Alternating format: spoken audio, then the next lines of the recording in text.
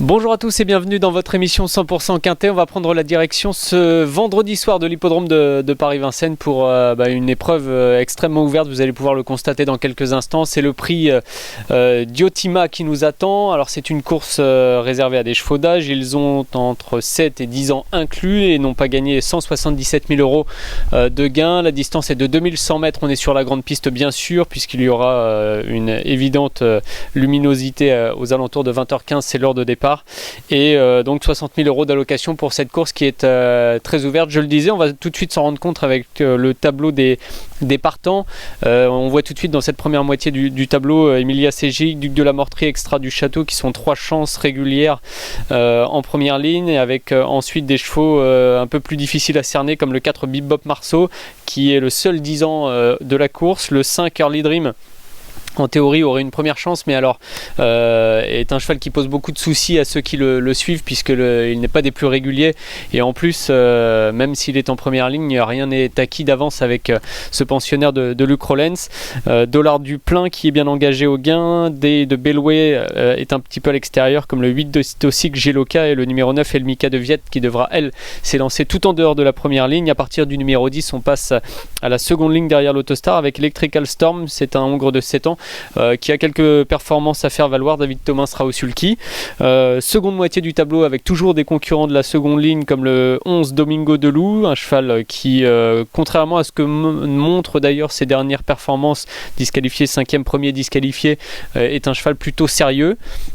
On a ensuite Di Maggio, très régulier. Le 13, Candido Jess, c'est plutôt un cheval qui partira à une cote aux alentours des 20 euros dans ce quintet, voire un petit peu plus. Et puis on termine avec 3 belles chances. C'est un peu le problème de ce quintet, c'est qu'on va avoir des belles chances en bas de tableau. Le 14, Vicky Laxmi, le 15, Common Hugo et le numéro 16, Rokiti. Donc vous l'avez vu, beaucoup de chevaux étrangers au départ de cette course, des chevaux qui sont confirmés bien sûr sur les parcours de vitesse.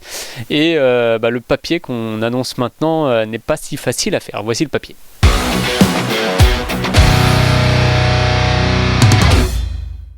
Allez, direction l'hippodrome de Vincennes donc, et surtout ceux que j'ai sélectionnés en premier pour ce quintet. Ça n'a pas été une mince affaire de faire des choix dans ce quintet. Ils sont je pense une douzaine à pouvoir disputer la victoire dans cette course, mais il a fallu faire un choix et j'en ai détaché donc assez timidement, je vous l'avoue, 5 concurrents. Allez, on commence avec le numéro 16 Rokiti qui a gagné une épreuve de genre avec Mathieu Abrivard sur l'hippodrome d'Anguin il n'y a pas si longtemps et s'est ensuite placé avec Sébastien Ernaud, ce cheval là, un cheval plutôt sérieux qui était très loin sur l'hippodrome d'Anguin lorsqu'il a gagné le 12 août et d'ailleurs c'est l'objet de notre première fiche spéciale puisque Rokiti le 12 août à Anguin a bouclé ses 500 derniers mètres sur le pied d'une 5-3, donc c'est un chrono au tracking en tout cas qui est extrêmement flatteur. Ça montre aussi que ce cheval là, même s'il se retrouve assez loin de la tête, est certainement capable de refaire beaucoup de terrain dans la phase finale. Tout sera une question de déroulement de course et de parcours, mais en tout cas je compte un peu sur le fait qu'il soit qu'il bénéficie en tout cas d'une pointe de vitesse acérée pour le voir revenir de la seconde ligne et pourquoi pas disputer la victoire. Sachez qu'il a été drivé une seule fois par Mathieu Abrivard, ça s'est bien passé puisque c'était à l'occasion de cette victoire d'Anguin et qu'il s'agit finalement d'un cheval sérieux qui aime courir caché mais qui possède une belle pointe de vitesse et qui n'a pas beaucoup de défauts au départ de ce quintet si ce n'est de s'élancer avec ce numéro 16. Donc je vais le tenter en timide favori de cette course. Devant un cheval que j'aime bien aussi et qui sera l'objet d'une seconde fiche spéciale dans quelques instants, c'est le numéro 3 Extra du Château. Alors pourquoi Extra du Château? Alors notamment pour son excellent numéro sur la première ligne, car il vient de s'imposer à Anguin en montrant sa forme en étant un petit peu brillant sur 2008 mais en gagnant quand même de belle manière devant Electra du Vivier qui lui rendait 25 mètres et ce cheval là qui est entraîné et drivé par Dominique Lochneux connaît une très belle réussite lorsqu'il est déféré. Alors j'entends par déféré à partir du moment où Dominique Lochneux lui enlève soit ses fers au postérieur soit ses 4 fers ou alors comme en dernier lieu il était plaqué devant et déféré derrière. Ce sera encore le cas ce vendredi à Vincennes. Donc à partir du moment où Extra du Château est déféré, le cheval connaît une franche réussite, c'est-à-dire qu'il a couru 15 fois dans cette configuration pour 4 victoires, 8 places et surtout 80% de réussite. Des points d'appui, je vais insister là-dessus, mais je pense que c'est très important au départ de cette course, c'est vraiment ce qu'on recherche. On cherche des bases de jeu dans ce quintet pour éventuellement faire une longue, comme on dit dans le jargon, derrière et jouer, pourquoi pas en champ réduit, champ total, je dirais pas jusqu'au champ total, mais au moins dans un champ réduit. Donc Extra du Château offre pas mal de garanties, il est en forme, il a un bon numéro, il est très bien placé derrière l'Autostar. Dominique Lochneux connaît une belle réussite depuis de nombreux mois avec les chevaux qu'il présente en tant qu'entraîneur aussi. Donc voilà, ça fait beaucoup de points positifs qui font que je retiens cet Extra du Château en deuxième position. Devant qui? Devant deux concurrents qui, comme Rokiti, sont assez mal placés au départ, c'est-à-dire que le 14 Vicky Laxmi, qui reste sur un succès assez courageux obtenu sur l'hippodrome de Vincennes, va devoir faire avec ce numéro. On va compter bien sûr sur la main de Franck Nivard pour le sortir de ce mauvais pas de la seconde ligne, mais c'est un cheval au papier qui possède une chance.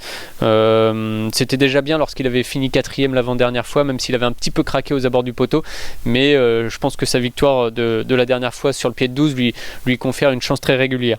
Et puis juste à son côté, à son extérieur au moment du départ, Common Hugo n'a pas terminé très loin de lui dernièrement avec Adrien Lamy, qui n'a jamais vraiment pu le lancer dans la phase finale. C'était très bien, 3e. Romain Congar est au sulky cette fois de ce pensionnaire d'Éric Bondeau. Je trouve que c'est une belle possibilité. Alors le fait que Romain Congar d'ailleurs soit peut-être moins souvent vu dans les quintets que des Franck Nivard, que des Mathieu Abrivard, qu'Éric Raffin notamment, va peut-être nous permettre de toucher une cote un peu supérieure ou un peu spéculative avec ces Common Hugo qui en valeur en tout cas me paraît très proche de Rokiti et me paraît très proche de Vicky Laxmi aussi. Donc attention à ce numéro 15. Parmi les autres concurrents que je vais retenir, je vais faire confiance à Ludovic Ledréan et puis Éric Raffin qui seront respectivement l'entraîneur et le driver de Dollar du Plein. C'est un cheval avec 174 310 € de gain qui a certainement été préparé pour cette course. Je vous rappelle le plafond qui est fixé à 177 000 €, donc très bien placé au gain, légèrement à l'extérieur au niveau du départ avec ce numéro 6, mais je trouve que c'est une belle possibilité. C'est un cheval qui court assez avec parcimonie avec les pilotes, je vais dire, mais souvent lorsqu'il est associé à l'un d'entre eux, ça se passe bien. Ludovic Ledréan fait partie de ces jeunes professionnels qui d'ailleurs visent souvent juste. Donc Dollar du Plein, oui, je lui fais confiance même s'il est un petit peu à l'extérieur au moment du départ. Alors arrive une catégorie, celle que j'appelle un peu les autres chances de la course, qui est très fournie. Je vais mettre beaucoup de chevaux dans cette catégorie parce que, comme je vous le disais tout à l'heure, l'épreuve pour moi en tout cas est très ouverte. Alors je vais mettre dans l'ordre du tableau et sans vraiment de préférence le numéro 1 Emilia Seji, qui est une jument régulière. Arnaud Desmottes la présente, on n'a qu'à regarder ses dernières performances, elle ne sort pas des 4 ou 5 premiers depuis de nombreuses semaine, cette Emilia Seji. En plus elle a un bon numéro. Duc de la Mortrie, pareil, cheval sérieux, confirmé sur 2100, présenté par Sylvain Dupont qui prépare bien ses courses visées. C'est certainement le cas avec ce Duc de la Mortrie. Il peut se placer, il a souvent trotté 12 effractions sur ce genre de parcours et là aussi c'est une belle possibilité. Alors à noter que ce numéro 1 Emilia Seji et que le 2 Duc de la Mortrie pourront certainement bénéficier du dos d'Extra du Château, alors soit l'un soit l'autre, peut-être même les deux s'ils sont l'un derrière l'autre, mais en tout cas c'est peut-être la bonne solution de laisser faire un peu Extra du Château en début de course et ensuite de se caler dans son sillage. Bref, ceux-là ont une chance, comme le 8 à mon avis, Distoxic Geloka. Ce qui me gêne un petit peu c'est son numéro à l'extérieur, j'avoue. C'est un cheval qui est très bien lorsqu'il est aux avant-postes, lorsqu'il est devant et qui domine, et c'est un cheval qui est très dur à l'effort. Par contre avec ce numéro 8 je le vois pas prendre l'avantage dès les premiers mètres, donc quid du déroulement de course pour lui? Ça c'est la question. Le 9 Elmika de Viette est une chance aussi avec Yoann Le Bourgeois. Malheureusement son numéro 9 est forcément comme il l'indique tout à l'extérieur de la première ligne. Et puis ensuite le 10 Electrical Storm, une bonne 4e place dernièrement, non loin des chevaux que j'ai cités précédemment, ce qui lui confère une chance régulière. David Thomas est au sulky, je le disais dans le tableau des partants. Domingo Delou est un cheval assez sérieux. Alors je me souviens d'un 2100 à Vincennes sur la petite piste en amateur où il avait été disqualifié. Faut pas en tenir compte, ce jour-là il avait été gêné. Depuis, bien sûr, il s'est réhabilité. C'est un cheval qui a comblé une nette partie de son retard de gain l'année dernière en gagnant beaucoup de courses et qui maintenant se retrouve dans une catégorie où il doit un peu jouer des coudes, et notamment quand il est en seconde ligne comme ce vendredi pour disputer la victoire. Le 12, Di Maggio reste sur 4 victoires. Alors c'est un palmarès qui est très flatteur sur le papier. Après là le lot est quand même beaucoup plus relevé qu'à Cagnes. Je trouve que même si les chronos de Cagnes sont flatteurs, sa tâche est beaucoup plus compliquée ici. C'est pour ça que je le mets plutôt dans les chances que parmi mes favoris. Deux outsiders que je mets un petit peu en retrait. Le 5 Early Dream, donc je le disais au papier, c'est super, mais sauf que ce cheval là est très irrégulier. Le 7 Day de Belway est à l'extérieur et affronte des lots supérieurs que lorsqu'il s'est imposé lors de ses sorties précédentes avant sa dernière disqualification.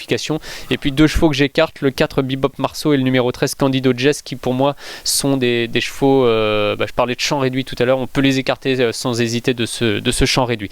Donc voilà, on en a terminé pour le papier, avec le papier plutôt. Vous avez bien compris que c'était très ouvert et très compliqué de faire des choix dans cette course, mais je vous propose quand même de passer à la rubrique Notre choix.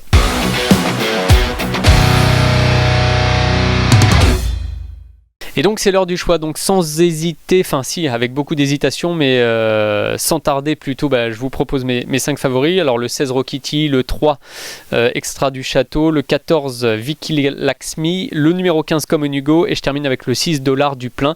Donc en chiffres 16, 3, 14, 15 et 6. Sachez qu'il y a une belle réunion d'ailleurs dans cette journée, cette soirée plutôt sur l'hippodrome de Vincennes, avec la première, une course européenne très intéressante, avec Armoras, avec Zion Fonte notamment, qui fait ses débuts sur l'hippodrome de Vincennes.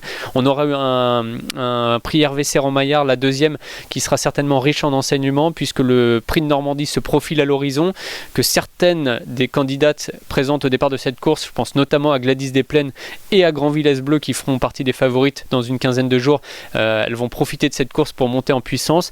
Et à ce petit jeu-là, sur 2175 mètres et sur la grande piste, je pense que Gospel Pat a un vrai gros rôle à jouer dans cette course. Peut-être pas un penalty gagnant, mais en tout cas Gospel Pat sur 2100, c'est souvent là qu'il a été le meilleur à Vincennes.